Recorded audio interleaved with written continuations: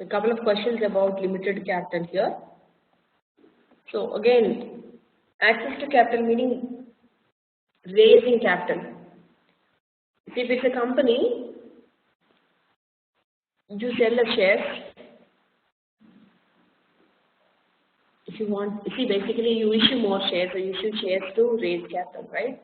What is that I can issue to raise capital for my firm? If I'm a sole proprietor, how will I raise capital? What kind of accessibility do I have to the capital, right?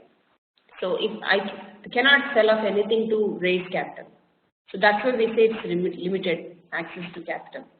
Capital is the money that you want to invest in the shop. How do I invest? How do you raise that money in order to invest? So that will be limited in terms of sole proprietorship. You have to invest, you have to raise capital by your own means. There's nothing that you can do for a sole proprietorship to access capital. Accessing capital meaning raising money to invest.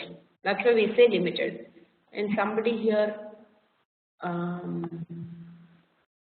AKS, I'm not sure who you are, AKS, because I usually see your first names and then I call you by your first names. AKS says access to capital is limited to GP also in limited partnership.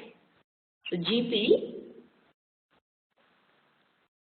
general partners are limited partnership, right? So general partners and limited partners. With general partners also there is limited. See, as long as there is partnership, remember, there is limited access to capital. Why is that so? Because they cannot raise money in any other form, right? If it is an organization, especially if it's a corporation, then it's easy to raise capital. If it's an organization, there are people coming in who are investing. So it's easy to raise capital. So basically access to capital meaning how easily you can raise capital. That is what this means. There are I think I have answered some of the questions. AK says which are limited liability companies? Limited liability companies. Giri says difference in shares and debentures. Please explain. Debentures is a debt instrument and shares is the equity instrument. When we come to debt and equity, we will understand that part. Vikas? No, Giri? Vikas says sole proprietorship, limited capital, unlimited liability. We are getting too many questions in this. Possibly I will give you some material so you can go through. I do not have it right now with me, but by next class or in the meantime, when I upload these slides, I'll also upload some of the materials for this, because we're diverting too much away. This is not my strength either. I cannot talk about all these. So if you talk about core finance, then I'll be able to explain more clearly. So I'll provide material to you.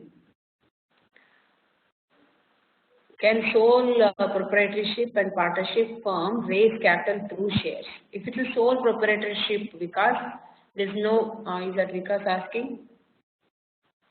Ashwini, if with the sole proprietorship, there's no shares involved, right? They're not people investing in your company or in your firm, right? So that is not the issue there. So you cannot raise through shares. If you want to make it a limited company, you want people to invest in a company, then that becomes a different issue. Again, Santosh asking me the same question. In case of corporation, is there a limit for shares? There will always be limit for shares based on how much you want to raise and what is the capital, what is the value so far. So based on that, the share price will be determined and the number of shares will be determined. How it will be determined, that is a complete different concept altogether, more of an accounting concept in nature, but I'll again try and find some material so I can provide. Because there are a couple of questions on this. People ask how we determine the share price and how we know how many shares will be issued, right? So I'll provide some material that I made a note of it, and I'll provide that material.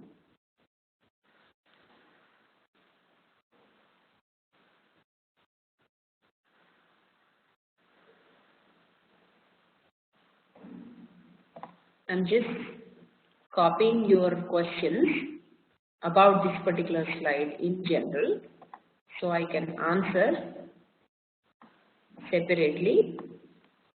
And like I said, this is not my strength, so I don't want to give you any wrong answer.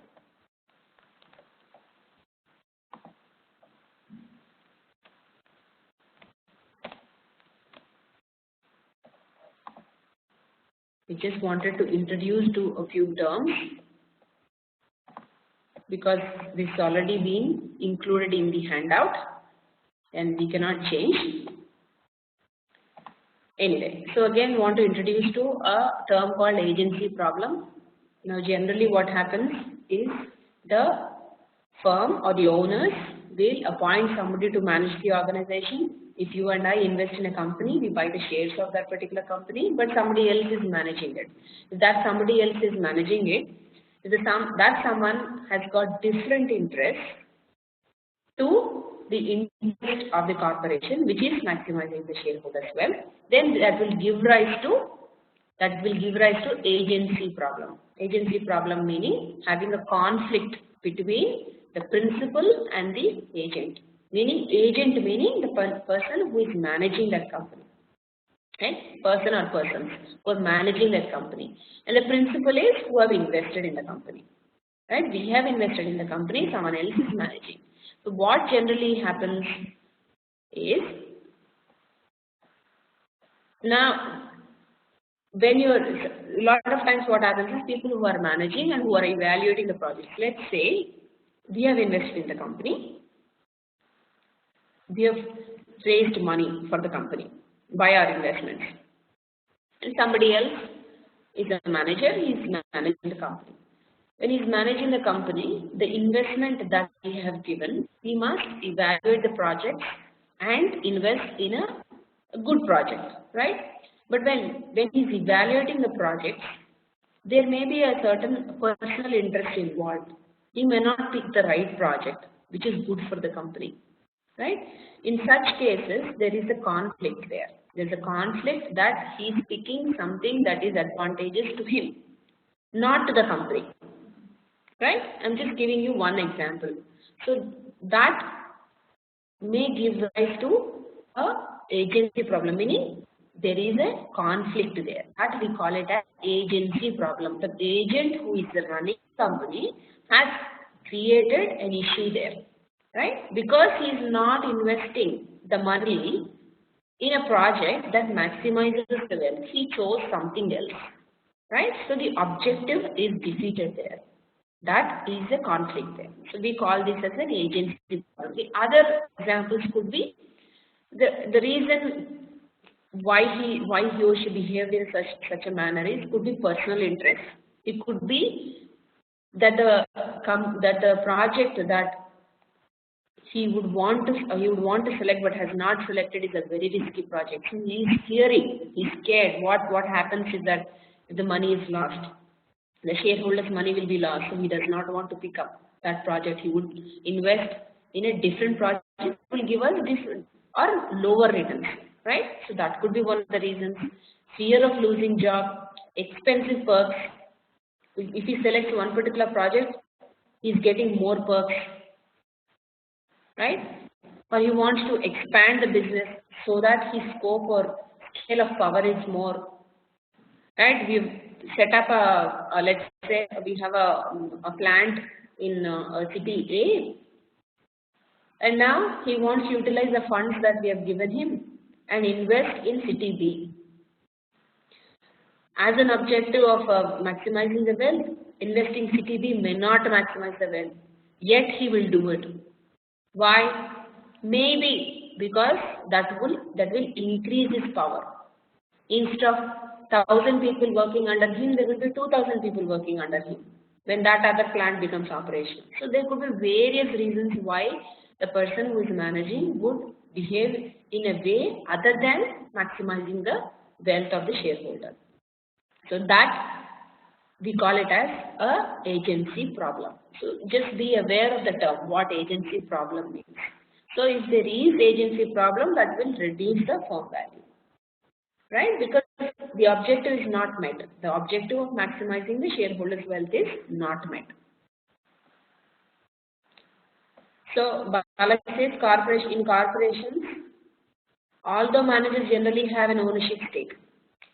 Although managers generally have an ownership stake, see, one of you just now discussed about ESOP or whatever it is called. Employees are given the share options, right?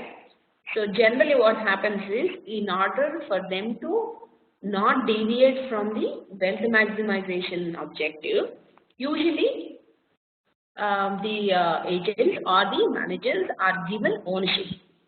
Instead of giving a 5 lakh bonus, I would like, as a company, the company would like to give shares worth of 5 lakhs, right?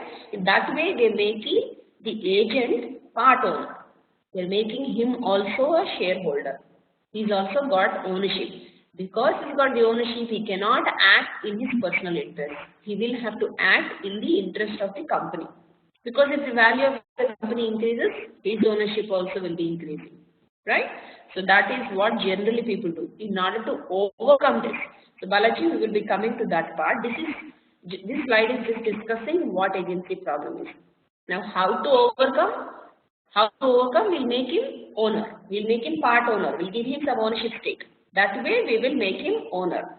So he would act in the interest of the company, right? So how to reduce agency problem? By continuously monitoring is one aspect, by giving compensation or by having or setting up compensation plans like performance-based bonus or stock options, etc. Right? If you see any other threat, you try and remove the threat. Other threats could be, generally what happens is, if people in bigger positions, they will generally not have any of somebody firing them, right? So also create that if you do not work in accordance with the corporate objectives, then you can also be fired. People in a higher position, they usually do not have that threat. They will be given a term, like a 5-year term or 3-year term. Usually they are there that term, unless something drastic happens, right? So these are some of the ways in which you can reduce the agency problem. And one of them is stock option or giving them ownership. Now, objectives of corporate governance. So, what are the objectives? So, we know now what corporate governance it is. The system of policies, procedures, and principles, right? So, the objectives of corporate governance is to eliminate or mitigate the conflicts. Why are we having those principles or procedures? Because we do not want to have conflicts. We want to reduce conflicts. So, that is the objective of having corporate governance. So particularly the inherent conflict of interest between corporate managers and shareholders, right? What will be the conflict here? Shareholders always want their wealth to be maximized. Corporate managers may not work in accordance with the objective, right? That will be the conflict. And that arises due to the separation of ownership. Whenever the ownership is separated, that is when it happens. If I am just an employee of the organization, I am a manager, I am working for myself, then the objective will be diluted in mind. If I am an owner, I want to increase the wealth of this firm, then the way I think and behave will be different. So that's why if there is separation, then this conflict arises. So try and minimize the separation by making him the owner, right? By giving him some stocks. So he will also become a part owner like anybody else. So that is how you reduce. And to ensure that the assets of the company are efficiently and productively used in the best interest of the investors. Right? So this is how you would reduce the agency problem.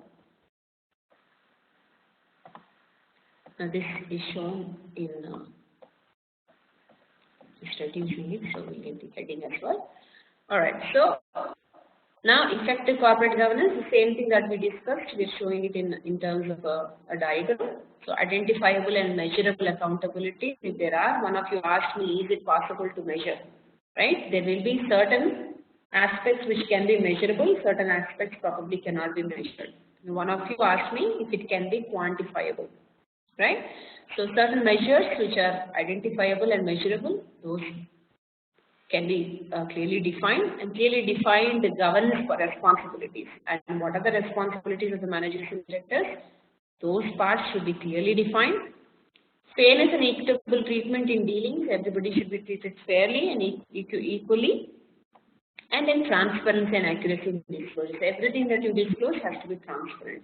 If I as a manager, I have done some project evaluation. There are 4 projects where I could invest, and I've selected project B, and the reasons I've given for selection are A, B, C. And those reasons, if they are the true reasons, then we are saying you're being transparent, right? If I make up something and say, these are the reasons, that's why I picked, and I cook up some stories, then obviously it's not transparent and accurate, right? So the transparency and accuracy of disclosures is also very important. And then delineation of rights of shareholders and other stakeholders. You have to have complete demarcation on what the rights of shareholders are and other stakeholders. Other stakeholders are the people who are running or being part of the organization. Like I said again, shareholders are the people who have invested. So having clear demarcation of their responsibilities and rights will make a corporate governance very effective, right? And one of you asked me, I said when in a couple of slides we'll be discussing about it. One of you asked me, who is actually setting up these policies? Who is actually making sure that there are these kind of rules, right? So, when in India, SEBI has set up some corporate governance norms, and if you Google and SEBI's clause 49, you will go through a set of norms.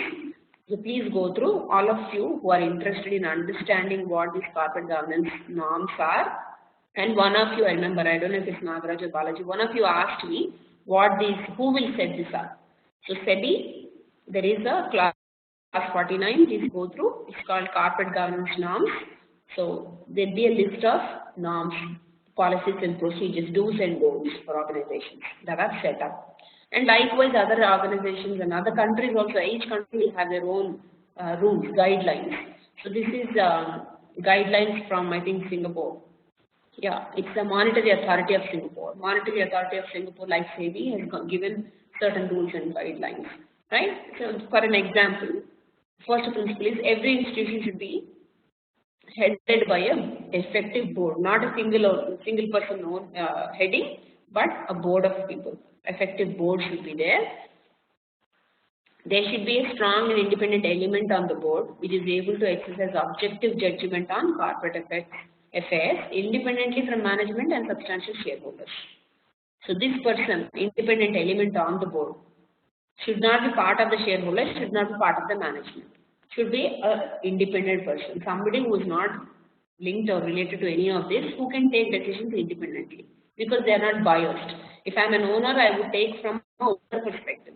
If I am a part of management team, then I will take a decision biased to management. So somebody who is completely independent of these two, that person should also be there on the board, right? Like that, there will be a lot of principles set up. This is from MAS.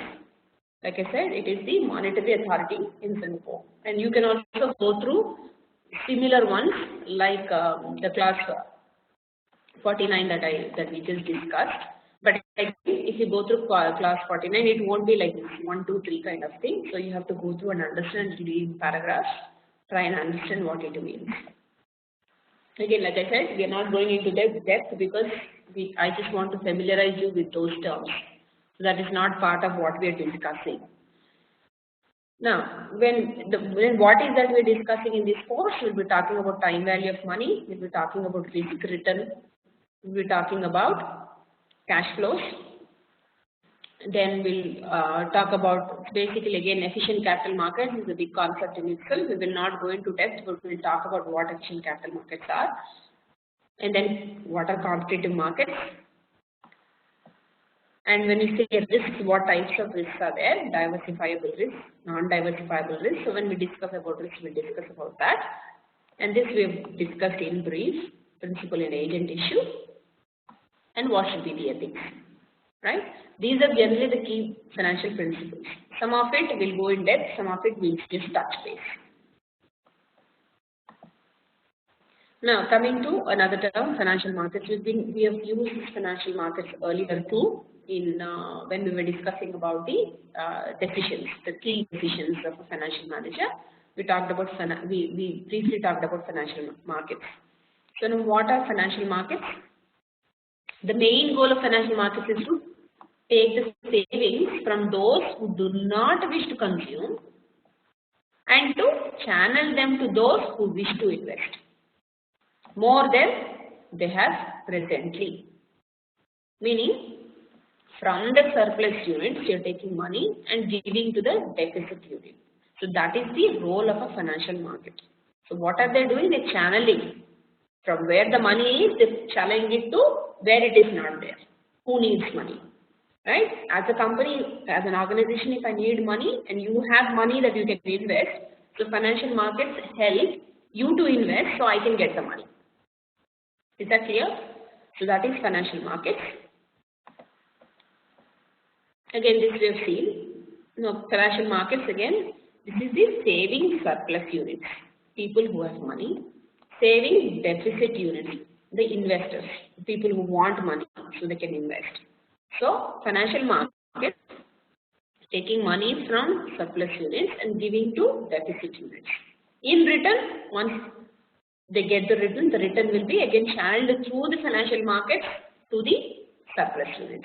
Like if the company makes money, it will give back the money in terms of dividends to the shareholders, right? So that is this. The returns on investment is channeled through the financial markets. Let's say dividends. The dividends will reach the shareholders, right? And likewise, now here we looked at financial markets like stock exchanges, but here we also have something called financial intermediaries like banks, for example. So the same thing can happen. You can invest in a bank, you can go for a fixed deposit, and that money probably will be given to people who want it. Like I want to take a loan, you've invested, you have taken a fixed deposit in the bank. I want the money, I want to buy a house, I'll take a loan from the bank. And where will the bank get? It's got the money from the surplus units, it will give to the deficit unit. Right? Now, if I borrowed money, I'll pay interest to the bank. That money will be paid as interest back to the surplus unit. Right? So this is basically how the financial market and the financial system functions. And the financing decisions we have seen. We've seen two decisions, investment decision and financing decision. This is just the financing decision. Sorry. So in financing decision, sorry. So financing decision can be internal corporate financing or external.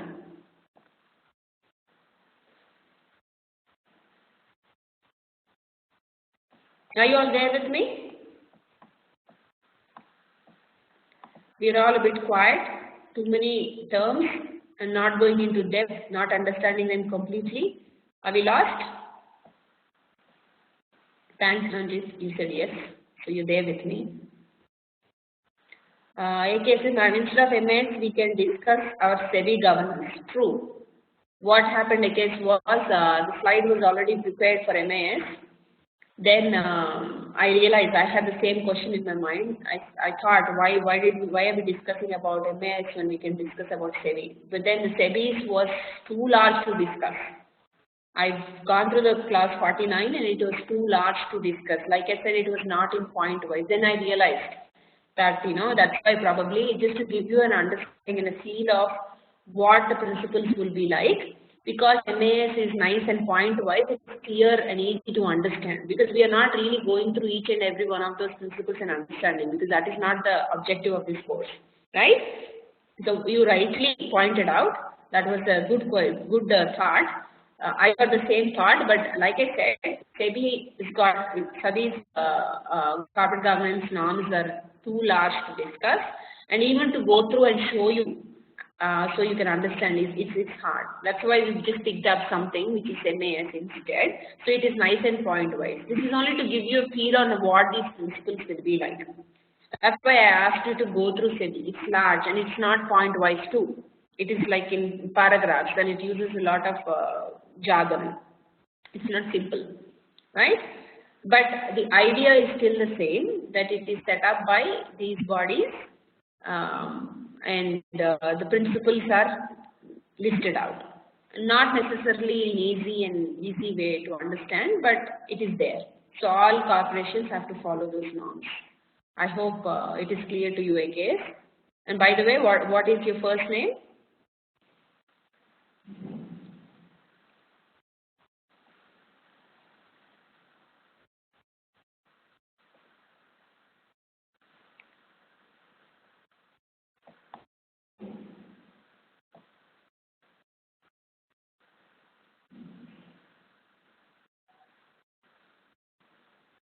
Balaji, Balaji says earlier slide is not clear. Which one? This one, Balaji? Financial markets and financial system. Is that what you're saying?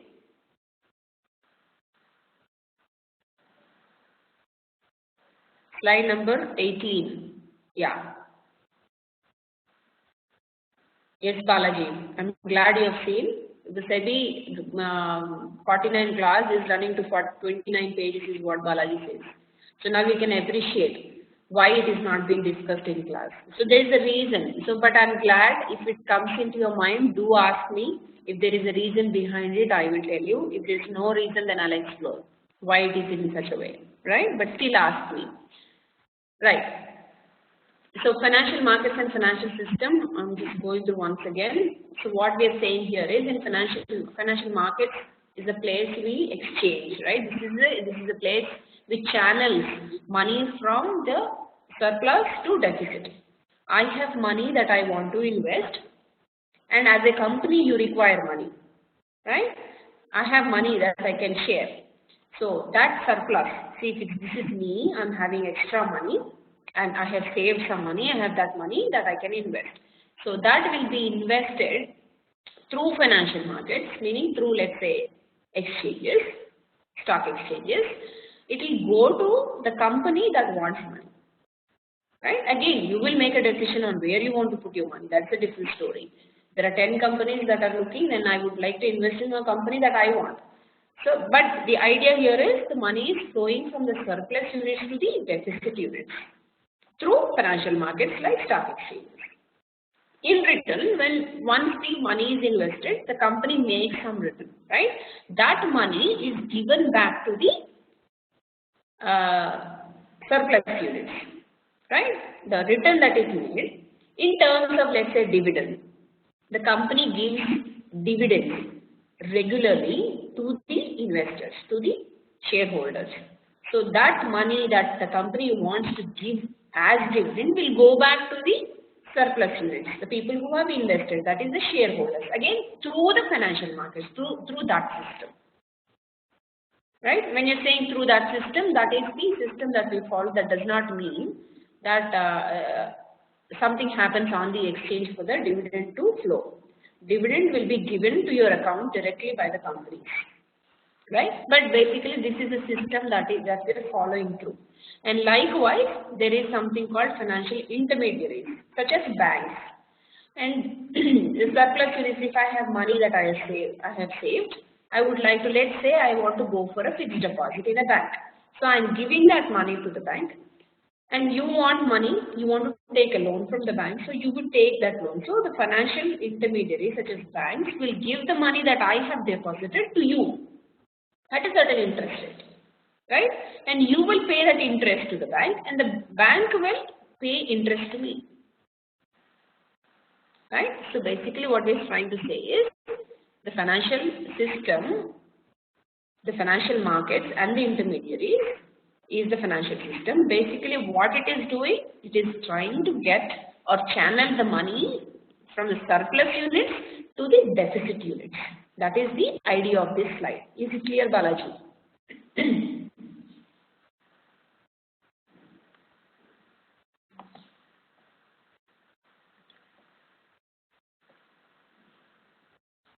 I don't know if the system is slow, but I'm not getting any of your comments and questions.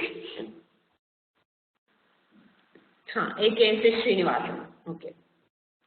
Thanks, Srinivasan. I'll be addressing you, Srinivasan, from now. So financing decisions, again, like in financing decisions, we said internal, external, right? When you're saying internal decision, you have made some money, right? Now, let's say the company has raised 100 rupees through shares. You and I invested, the company share has raised that 100 rupees.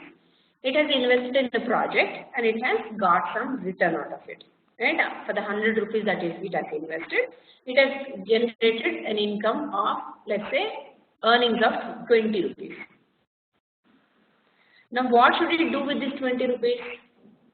Some of it, usually the company would like to retain. Some of it will be given back to the shareholders in the form of dividends. Right? So, they will make an internal decision about what they want to do.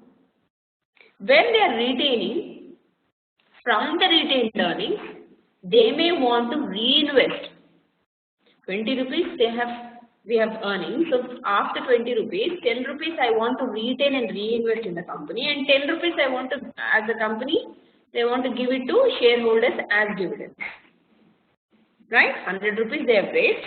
20 rupees is the earnings, and out of the 20 rupees, 10 rupees they want to retain, which is called retained earnings. You may also see this term, retained earnings.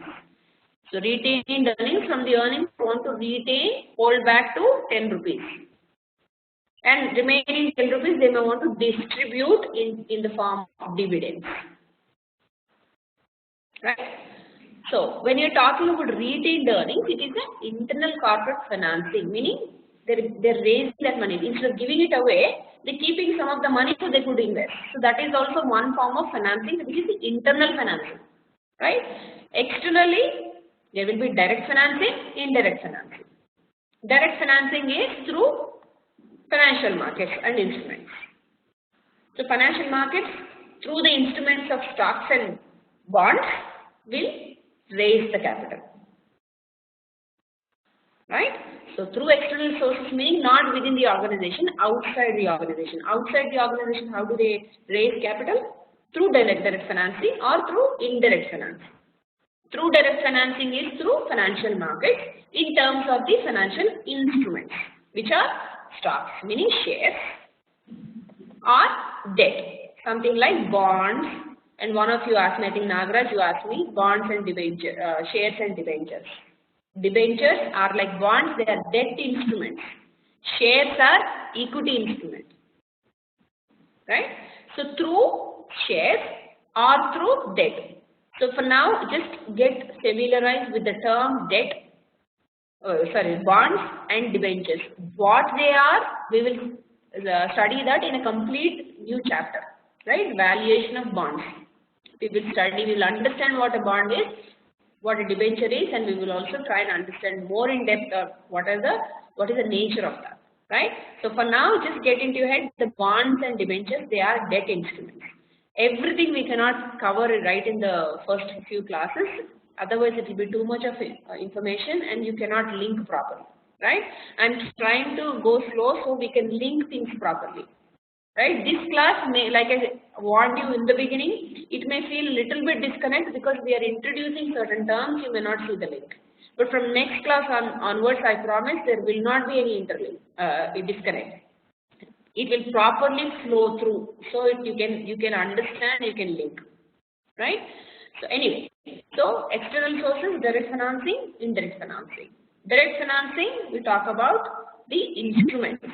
Direct financing is generally from the financial markets through the instruments, stocks and debt instruments. And likewise, indirect financing is through financial intermediaries. Financial intermediaries is the banks.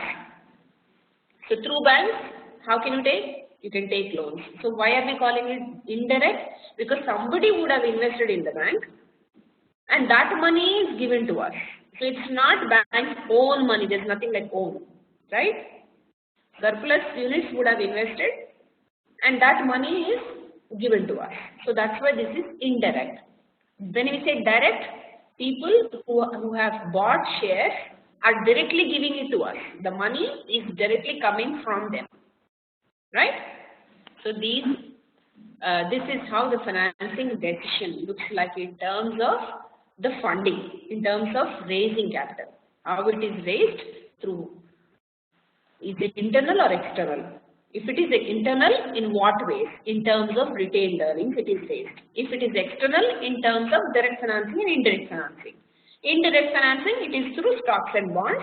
The indirect financing, it is loans. In the direct financing method, stocks and bonds. Right? Any questions in this? Before we move on to the next slide.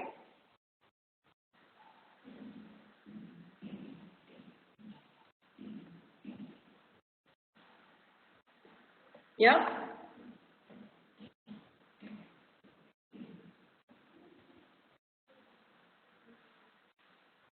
Balaji is asking, what is CP? What is CP? Where did you find? Oh, debt instruments. Okay. Bonds and CPs. See, when we talk about debt instrument, we'll talk about various things like bonds, overdraft, debentures, and I'm particularly not aware, honestly, what is CP is, but then we'll come to it. It should not be something that is out of it. I can't just think about it right now. Anyway, we'll come to it, Balaji. But thanks for pointing it out. If there are loss-making projects, how the company able to retain the investor in spite of loss-making? Good question, Bharat. So what happens is when you're investing in a company in terms of shares, if you're a shareholder, you're buying shares of the company. If the company is performing well, that is when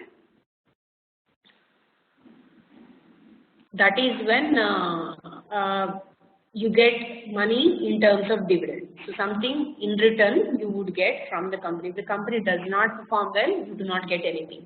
So there's nothing like retaining the investor. There's nothing like retaining the investor. The company performs well. If the company is regularly giving dividends, then it is sending a good sign that it is performing well. So the investor will be interested in staying with the company. If the company is not giving dividends, or if it is, sometimes the company does not give dividends because it will retain the earnings and it will reinvest. So whenever it is reinvesting, the value of the company is increasing because the assets are also increasing. So the value also will increase. So somehow or the other, the value of the company should increase. If it does not increase, and the company is also not paying dividends, then the investors may not be interested in that company. Right? So the only way you can retain the investors is either by paying the dividends without fail, or by reinvesting and making money with the reinvestments also. If you are getting enough returns, then the value of the firm will increase and you can retain the investors. Right? Is that clear, Bharat? But if there is a loss-making company, if the company is not performing well, then there's no way the investor as a shareholder will get his money. He will not get any of his money. Right? And another point that I would like to mention here is, so when it comes to debt and stocks, I think in the last class somebody asked me what is the difference. I said when the time is right, we'll discuss about it. If the money is raised through equity, the investors or the shareholders are purchasing the shares. If the company is performing well, they may get some money in terms of dividends. Right? I'm saying may again because the company also may decide not to give anything, but instead they would like to reinvest. Right? Anyway, but if the company is not performing, the shareholder will get nothing. On the other hand, if the company has raised capital through debt, any of these debt instruments, some of you have guessed what CP is, which is good. Vikas is coupons. It is not coupons. Coupons is part of debt, Vikas, so that is not the right answer. Santosh says commercial papers. Param also says commercial papers. So could be commercial papers. And most of you are saying commercial papers. So that is the answer. Arun, Bharat, Ashwini, Nikhil, everybody is saying commercial paper. So that could be, but it is definitely not coupons because coupons is part of bonds. Anyway, not deviating too much. So if the funds are raised through debt, debt is what? It is loan, right? If you take a loan, you have to pay the interest, right? Debt is like a loan. So you have to pay interest. That interest that you have to pay when you purchase bonds and debentures is called coupon. It is called coupon payment. The term that is used for that interest is called coupon. Anyway, if you don't remember also fine, when we come to bonds, we will discuss it so many times that it will stick in our head, right? But for now, so the interest payments have to be made. So when you're taking a loan, interest payments have to be made irrespective of the firm's performance. That is the difference here. If it is a shareholder, the company does not perform well, he doesn't get anything. If it is if the money is raised through debt, even if the company is not performing, the coupons or the interest payments have still to be made. So that is the difference. That's why there is a liability to the company if they go for debt. Right? Just going for shares is good because they don't have to pay anything if the company doesn't perform. But going for debt, they have to pay irrespective of whether the company is performing well or not. Yet the companies go for debt. Why do they go for debt? Because there are certain tax advantages. The interest that the company pays is tax deductible. Because of the tax advantages, they go for debt. We will discuss about all of this in detail when we come to the right topic. We will go and discuss in detail. For now, I was trying to, answer Bharat's question on how company able to retain the investment in spite of loss making. So generally they cannot retain if the company is making loss, right? Because the investors, if they are shareholders, they don't get anything with the company. In fact, they will lose their own investment. Whereas the people who have given on loan in terms of bonds, if you have invested in terms of bonds or debentures, you will not only get your principal amount that you have invested, but you will also get the interest payment in terms of coupon payment because the company is liable to pay you, right? And then everybody here said commercial paper. Thank you for that.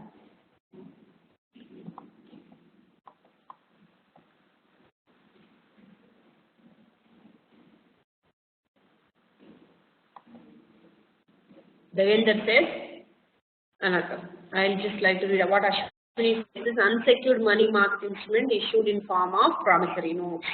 And Devendra says, company promised to pay the face amount on the specified maturity date. Is short-term debt obligation. So again, in debt we have short-term and long-term. This is a short-term obligation. Again, when I say face value, face amount, maturity date, again these are all terms that you will be wondering about. So let's not take this as a, but for now understand that this is something that is used as a short-term debt. That is enough for us, right? When we come to bonds, anyway, we'll discuss about what is the face value, what is the maturity, and all that we'll discuss.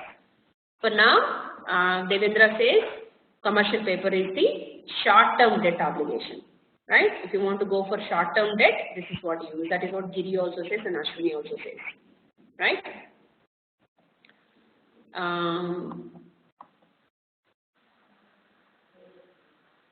Ashwini says, are debentures and bonds similar? We'll come to it when we'll discuss about bonds and debentures, Ashwini. Let's not take too much of information in today's class itself.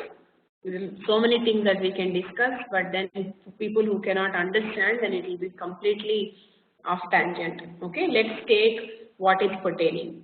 only to this class.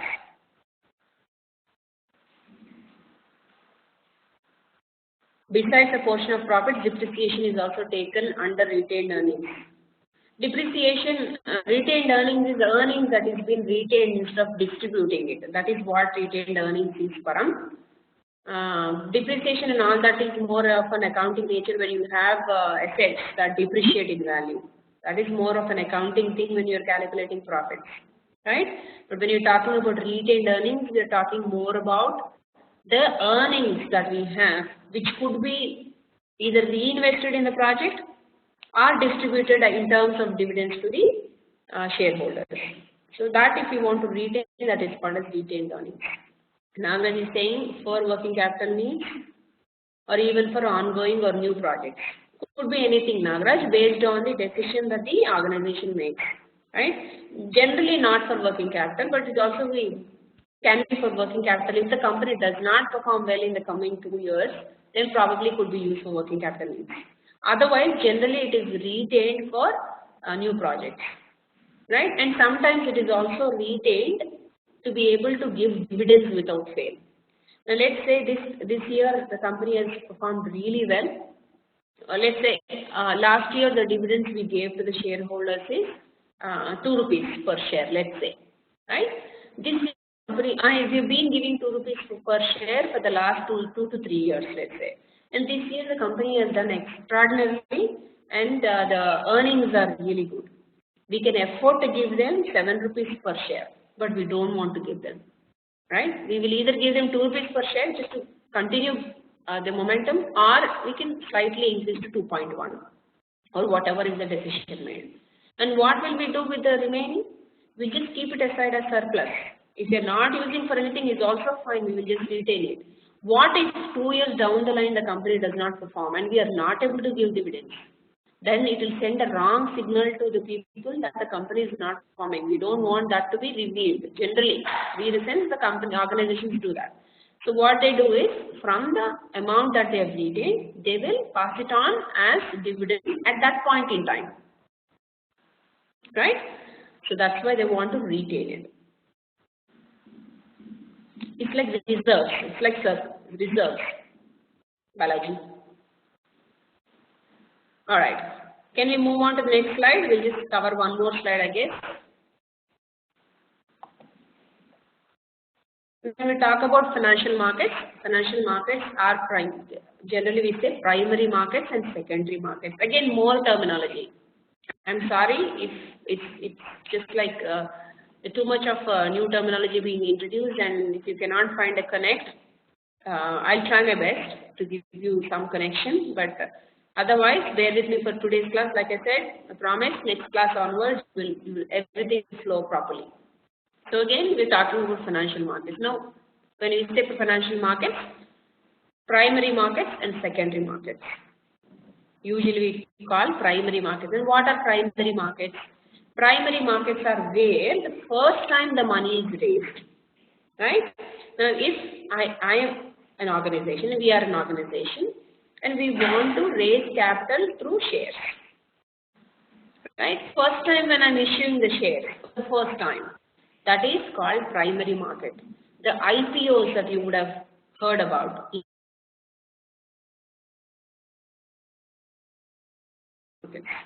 Once the shares are issued and if the shares are traded in the market, that is traded in the secondary market like stock exchanges, right? Once it's already been issued, people are holding those shares and now they want to trade those shares. Trading meaning they want to buy and sell those shares. I am holding something, I want to sell it. Somebody else wants to buy the shares, they want to buy it. So this kind of buy and sell happens in the secondary market, which is the stock exchanges. Right? First time when the company issues shares, that is the primary market, we say. Comes up with the initial public offer and people invest in the company directly. Right? And then the primary market and secondary market both have money market and capital market. And they also have something called organized exchanges and over-the-counter exchanges. Right? Money market. What is money market? What is capital market? We'll just discuss This is something we already discussed. Money market is where short-term assets typically mature less than 1 year, right? So, this is what the CP is, right? 100 marks to everybody who said that it is a commercial paper. I have gone blank, I could not tell you. 0 for me. Anyway, money market instruments are short-term assets, typically maturity less than 1 year, right? And certificates of deposits, which are CDs, and commercial paper CPs, which are all short-term instruments, so money market instruments. And capital market is generally long-term assets. Long-term assets which mature longer than 1 year, like stocks. Stocks also you can trade in within 1 year, but generally speaking, you would want to buy and hold for some time. Again, corporate bonds and debentures and long-term government bonds, all these come under capital markets, where the maturity, meaning you want to hold it for longer than 1 year. If you want to hold it for lesser than 1 year, then it is money market instrument, we call it, right? And we trade it in the money markets. Is that clear? Any question? Any questions? The next is organized and over-the-counter. Organized exchanges, most stocks, bonds and derivatives are traded on organized exchanges like stock exchanges, etc. It has a trading floor where floor traders execute transactions in the secondary market. Secondary market is where the buy and sell happens to the subsequent times, not the first time. First time is when it happens in the primary market. So this is basically the secondary market. So organized exchanges are the stock exchanges where the trading happens. And over the counter is when you want to, an organization, if it's big enough, they would want to classify them as stocks. They will create a value for it, but they are not listed, right? There's a difference between a listed company and not listed. So if it's not, again we will go into depth in the next class, but for now, stocks not listed on organized exchanges are traded over the counter. There is another place where you can trade, where you can buy and sell the stocks that are not listed. And unlike an organized exchange, the OTC market doesn't have trading floor. Yeah? The buy and sell orders are typically completed through a telecommunications or computer network. Generally, you can call them and you can trade.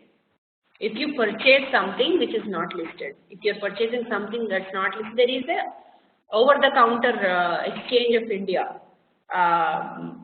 offices that are set up in cities. I'm not sure which city you belong to, Devendra, but you look for OTCEI, Over-the-Counter Exchange of India, and you will see their offices. If you are investing in them, you call them up, you buy the shares of not listed stocks, right? I just want to see how many more. Yeah, just 2 more slides. Please bear with me. I know the time is up. So what generally is Indian financial system? Maybe we have not explored so much on the OTCI. My research has been in stock markets, in stock exchange, in stocks basically. So OTCEI, I'm not completely aware whether it's more riskier or less riskier. It could be risky because it's not that organized as this. But since it's got an exchange, the over-the-counter is also a place which is where you can trade. So and it's also a government operated body. So I think, but risky, I'm not sure. I have not traded. I've only traded through stock exchange. Indian financial system, generally we have the RBI, the Reserve Bank of India, and then we have the commercial banks and cooperative banks, and then we also have the post office savings bank, right? And then we have other non-banking, which are like LIC, UTI, Housing Development, HDFC, Housing Development Finance Companies, and then HUDCO. These are the non-banking. And then you also have some development banks like ICICI, DBI, and all these other banks. And we also have the state financial corporation, SFCs, right? And then there are regulatory institutions like SEBI. RBI also has got some regulatory. Then Insurance Regulatory Development Authority, IRDAN. So basically we have the banks, the commercial banks, and the non-banking sector, then the developmental banks, and then the regulatory institutions. This is the Indian financial system. That's the setup that we have in India. So with this, we complete the introduction part, right? We're going slowly, and in the next class, we will be covering the time value of money. Again, time value of money, we will take at least 2 to 3 classes to complete. Once we discuss the time value of money, then we will also discuss about the various types. That is the single sum, how do we calculate present value, future value? If you have repeated sums, which is like, for example, like your loans, you pay monthly installment. Every month you pay the same amount, right? Those are repeated. If you have repeated cash flows like that, we call them annuities, if they are annual payments, right? So we discuss about the annuities, the repeated annual payments. We will talk about single sum, just one lump sum pay. So we'll discuss about that. And then we'll take a few problems. We'll take at different levels of difficulty. We'll start with a very basic level and we'll go to a higher level of difficulty. And then we'll talk about more problems which we talk in applications of time value of money, right? We'll first introduce the concept. We'll understand that concept by applying or by looking at a problem, and then we'll discuss further different levels of difficulty in applications of time value of money. This we will be spending considerable amount of time until you all get the grounding. Then we will take up valuation of stocks, valuation of bonds, and other things, other aspects, capital budgeting, risk and return, and everything. Right? So these are some of the quizzes that we have. So this is the last one. So the reason I have mentioned these now is because some of you, Balaji, you have asked that you wanted to go through what is discussed in the next class. So people who are interested, time value of money is what we are discussing. Please go through in the next class. And I'm closing the session now. Just go through the quiz. What is a financial market? Answer for yourself. What are the 2 key financial decisions? And what are the critical factors of financial decision making? Right? So this is the answer. Go through, and this is the last slide for the day.